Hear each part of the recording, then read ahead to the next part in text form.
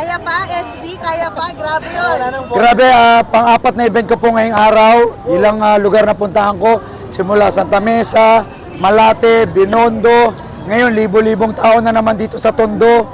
Pinarinig ko lang, ano ba ang boses ng Maynila? Anong boses ng Tondo ngayong araw? Kasi ang dami ng fake news na pinapakalat. Hindi daw totoo itong mga naniniwala sa atin. Bayad na mga supporters. Kita nyo naman, nakita nyo na sa sarili nyo mata. Andyan kayong lahat. Ano ang sigaw ng Maynila, boses ng Maynila, sabik na sila sa pagbabago, sawa na sila sa mga trapo, at andito lang ako para dalhin yung pagbabagong inaasam nila. Diretsahan lang, maraming nagsasabi, scam ka daw. Scam dahil saan? Yung mga binibigay kong tulong, masasarap na ayuda, kabuhayan. Sabi nga nila, pag naupo daw ako, babawiin ko. Kailan ako nagbawi? More than 10 years na tayong tumutulong. Daang milyon yung tinulong natin ng pandemya. Nagbibigay tayo ng tulong Luzon, Visayas, Mindanao sa Dear SB, sa programa namin. Sa Tutok to Win, tumatawag kami araw-araw. May binawi ba kami? Wala. Alam niyo po ang pinakamalaking scam sa history ng Maynila? Yung mga inutang nila na bilyon-bilyon at binenta nilang ari-arian ng Maynila na hindi sa kanila. Nagulat na lang utangin lahat eh. Yan ang pinakamalaking scam na pinag-aawayan nila hanggang ngayon. Sabi ko nga, wag niyo na po kaming idamay sa pag-aaway niyo. Yung hindi niyo pagkakaunawaan, pag-aagawan nyo sa posisyon, please po, wag nyo na po akong idamay. Yung personalan yung away, sabi ko nga po, tumulong na lang kayo galing sa sarili nyong bulsa. Pag nagawa nyo yun, mas matutuwa pa ang taong bayan. Wag nyo na po ako idamay, puro kabutihan at pagtulungan ang dapat nating ginagawa. Tama na yung pamumulitikan nyo. Sa totoo lang, kailangan scam eh. 500 pesos, pinamimigay nyo, kulang na kulang yan. Kaya nga gusto nating gawing 2,000. Alam nyo kung bakit kayang gawin? Ginagawa ko na po eh. Nagbibigay na tayo ng 2,000 allowance doon sa lugar namin sa Sampaloc, sa barangay namin, sa buong distrito. Na-post na po yan, marami na pong nag-testimonial. So kami, pinapakita ko lang kung kaya kong gawin sa sarili kong bulsa, dapat yung City Hall ng Maynila, dati pa, ginagawa nyo na. Ngayon, tataasan nyo dahil kaya kong magbigay sa sarili kong bulsa. Too late na po yan. Talaga namumulitika. Kayo po yung namumulitika, kayo po ang nanloko sa taong bayan na maigit 20 taon. Anong masasabi mo na, yun nga, binabakbakan ka online sa comment section? Actually, sa totoo lang, minsan nalulungkot ako kasi taong bayan pa rin naman yun eh. Parang nalulungkot ako, yung babakbakin nyo, yung tumutulong, yung nagbibigay ng kabuhayan sa mga mahihirap, nagbibigay ng masarap na ayuda, nagbibigay ng mga libreng gamot, libreng serbisyo tulad nito, serbisyo vans, mobile clinics, mobile butika, babakbakan nyo, ang bakbakan nyo yung mga walang ginagawa. Ito, gasto sa sarili namin bulsa. Kung ayaw nyo kami maglingkod, isipin nyo ho, yung mga anak nyo, yung magulang nyo, yung future ng lugar natin, ng lungsod natin, yan po isipin nyo. Panandalian lang yung binabayad sa inyo, yung mga troll farm sila. Minsan masakit below the belt eh.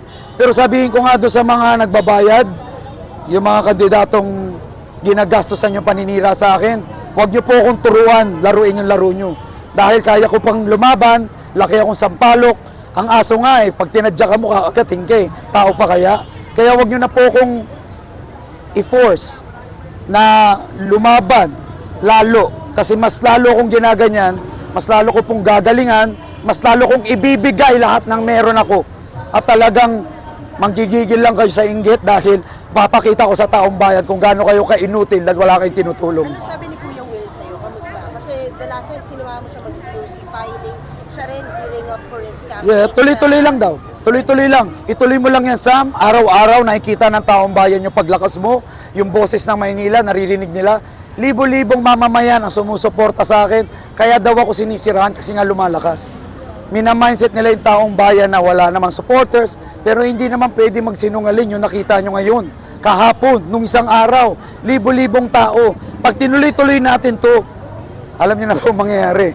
Talagang sabik na ho sa pagbabago ang buong Maynila. Ano po yung number 1 mo na platforma?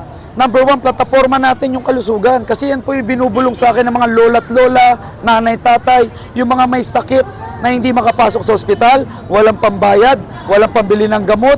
Kaya nga po sinimulan ko na sa sarili kong kaya Bumili na ako ng sangkatutak na truck, SB Mobile Clinic, Servisyo Van, Mobile Butika, libreng maintenance medicine. Ako na po sumagot. Hindi ko na inasahan yung Maynila. So yan yung number 1 priority. Number 2, yung 2,000 allowance sa mga senior tsaka PWD. Yan po, napaka-importante dahil kulang na kulang po ang allowance. Siyempre, sa mga single parent, sa mga naghahanap ng trabaho at kabuhayan. Kaya nga ako namimigay ng mga trabaho, nagbibigay ako ng kabuhayan. Hindi ho pangako yan. Ilang taon na ho yan ginagawa. Nasa television yan, online yan, nasa YouTube. Binibigay ko yung pangmatagalang tulong ho. Hindi ho ayuda ang solusyon. Ang solusyon ay negosyo. Tutulungan ko silang tulungan ng sarili nila gaya na nangyari sa akin na dinaan ko po sa hanap buhay at kabuhayan yung pag-angat ng buhay ko. Gaya ng pag-angat ng buhay ko, gusto ko mangyari yan sa lahat ng Manileño. Lasa lang po, ano po pakiramdam mo yung pagkabig nila sa'yo, nagiging positive naman on your side? Actually, yun nga yung sasabihin ko eh. Sa kakasira nyo sa akin, nagiging more positive sa akin, lalo lang akong nanggigigil tumulong, lalo ako nagbigay ng mga kabuhayan kanina sa Santa Mesa, Taugama Fee. Nagbigay na naman ako sa katutak na kabuhayan package para sa kanila. Hindi lang ayuda ha, kasi mina-mindset nilang tao, puro lang daw ang ayuda. Please lang, hindi po katulad nyo. 20 years na ako nagbi-business, hindi lang sa Pilipinas, kundi sa ibang bansa. Kayo po yung walang alam sa business, kaya hindi nyo yan binibigay. Ako po, binibigay ko yan dahil alam kong yan ang solusyon. Sustainable, pangmatagalan na tulong, gaya ng lagi kong sinasabi, tutulungan ko po ang mga Manileñong tulungan ang sarili nila. Yan po ang dahilan kung ba't ako tumatakbo para maiangat ko po ang estado ng buhay ng mga mahihirap dito at mabigyan sila ng oportunidad na lumaban sa buhay natin. Sa pag-iikot niyo po sa buong Maynila, gaano kalaki yung pag-asa niyo po kayo yung tatanghalin susunod na Mayor? As you observe them, kung gaano na laki tinatanggal? Alam mo, sobrang pasasalamat ko sa Diyos, sa mga Manileño. Nararamdaman ko po sila. Ramdam na ramdam ko po yung hirap nila. Sabi ko nga minsan, halos malasahan ko na eh. Kasi kakaikot ko sa mahihirap na lugar. Grabe. Hindi ko ma-explain yung frustration ko. Bilyon-bilyon yung inutang, bilyon-bilyon yung binentang pag-aari ng Maynila. Nasaan yung mga negosyo? Nasaan yung trabahong dapat mong ibigay? Hindi puro papogi ang pagiging mayor. Kailangan to bumabago ka ng buhay. Ito ang nais nating gawin sa buong Maynila. At ngayon pa lang ginagawa ko na para ipakita na kung ngayon nagagawa ko na, what more pag nakupo na po tayo. So, saan palok ka pa rin yung bahay mo ever since hindi ka umalis? Umalis po ako nung 27 years old ako. I was born in Sampaloc, born and raised. Siyempre po, nung kumita na ako, nagnegosyo ko, nakabili tayo ng iba't ibang properties.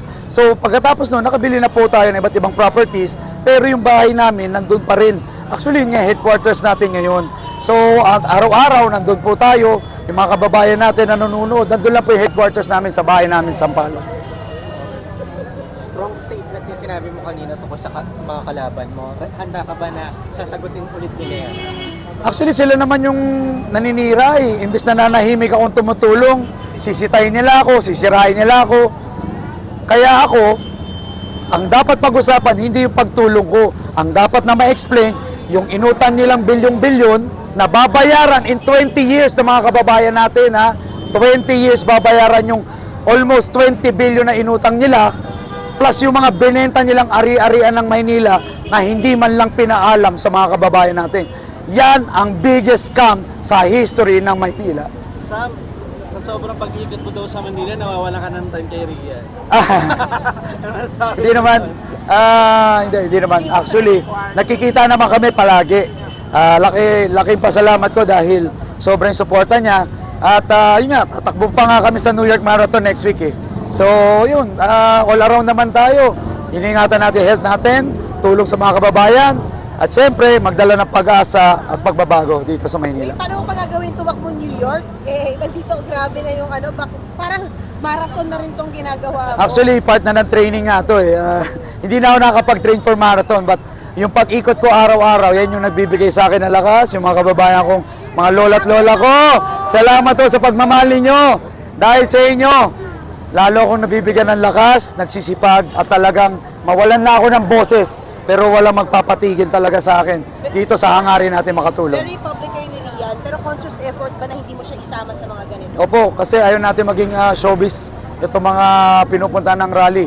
Ang kasama ko lang, yung mga konsehal natin, mga supporters natin, At siguro, balang araw, sumama rin siya sa tamang panahon. Tumasama naman siya pag mga charity events, mga medical mission, pagbibigay. Kakabigay lang namin ng mga kabuhayan sa mga solo parents. So, sabi ko nga, ang plataforma natin hindi lang senior citizen, PWD, solo parents, estudyante, lahat ng mga Manileño makikinabang sa pagbabagong dadali natin dito.